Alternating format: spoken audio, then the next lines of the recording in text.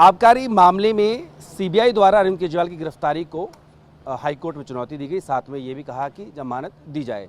मेरे साथ में उनके वकील संजीव नासियार हैं, आम आदमी पार्टी से जुड़े हुए हैं। संजीव जी, आप लोगों ने दो राहत मांगी थी। एक तो ये कि जो गिरफ्तारी हुई थी उसको चुनौती दी गई थी अवैध बताते हुए, और दूसरा रेगुलर बेल के लिए।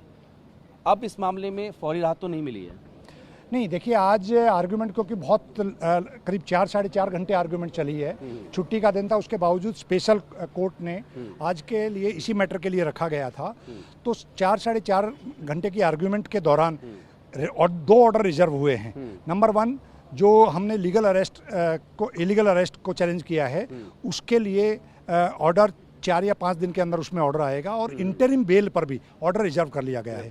रेगुलर बेल पे क्योंकि अभी सीबीआई ने कहा कि हमारी तरफ से कुछ हम रिप्लाई और आर्गुमेंट फर्दर आर्गुमेंट के लिए टाइम चाहिए, तो 29 जुलाई के लिए रखा है। सीबीआई की तरफ से ये भी कहा गया आप सीधे हाई कोर्ट आ गए, पहले ट्रायल कोर्ट जाइए, वहाँ पर चार्जशीट भी तमाम चीज़ें वहाँ पर है, तो उसको लेकर भी था। फिर जज ने भी कहा कि पहले रिट किस पे है, इसको लेकर तय कर लिया जाए। नहीं, देखिए, उनकी आर्गुमेंट जितनी भी थी उसका हमने काउंटर रिप्लाई दिया, क्योंकि माने सुप्रीम कोर्ट के बहुत सारे जजमेंट्स हैं जिसके तहत हम डायरेक्ट हाई कोर्ट में कानून के दायरे में आ सकते हैं। उसी के तहत हमने यहाँ पे बेल लगाई है। ये बताइए कि बेल लगाई है, अभी फौरी उस पर राहत नहीं मिली है।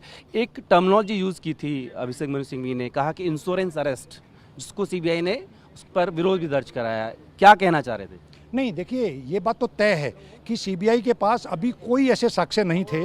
अगर उनके पास कोई भी एविडेंस थी तो लेटेस्ट एविडेंस 6-8 महीने पहले उनके पास आ चुकी थी। तो 6-8 महीने किस बात की इंतजार कर रहे थे? इसलिए हमारा ऑब्जेक्शन ये है कि इन हालात में जिस तरीके से सीबीआई की एंट्री होती है, ये टोटल, क्योंकि ये पॉलिटिकल मोटिवेटेड केस है और भारतीय जनता पार्टी के इशारे पे ईडी और सीबीआई काम कर रही है। जब सीबीआई को ये लगा कि अब क्योंकि ईडी में बाहर ना आ जाएं अरविंद केजरीवाल जी, और भारतीय जनता पार्टी किसी भी कीमत पे अरविंद जी को बिहाइंड द बार रखना चाहती है, इसके तहत सीबीआई की एंट्री हुई है। इन चीज़ों को हमने हाईलाइट किया। आपने इंश्योरेंस अरेस्ट बोला? जी, इसलिए बोला है। ये बताइए कि सुनवाई चल रही थी दिल्ली के मुख्यमंत्री की जमानत याचिका पर, दोनों ही वकील है, अभिषेक मनु सिंघवी ने भी और डीपी सिंह ने भी जिक्र पाकिस्तान का किया।